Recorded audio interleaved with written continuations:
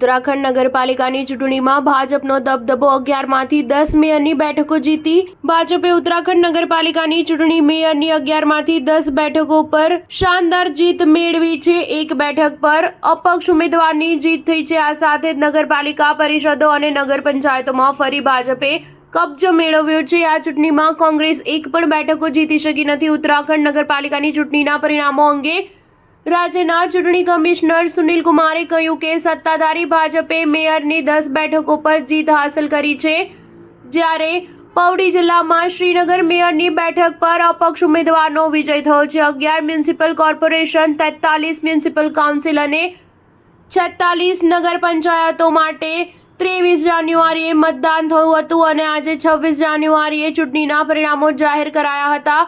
હજુ મતગણતરી ચાલુ છે. કોંગ્રેસે છેલ્લે વર્ષ 2018માં યોજાયેલી સ્થાનિક નગરપાલિકાની ચૂંટણીમાં મેયરની 2 બેઠકો જીતી હતી. જોકે આ વખતે કોંગ્રેસે એક પણ બેઠક જીતી શકી નથી.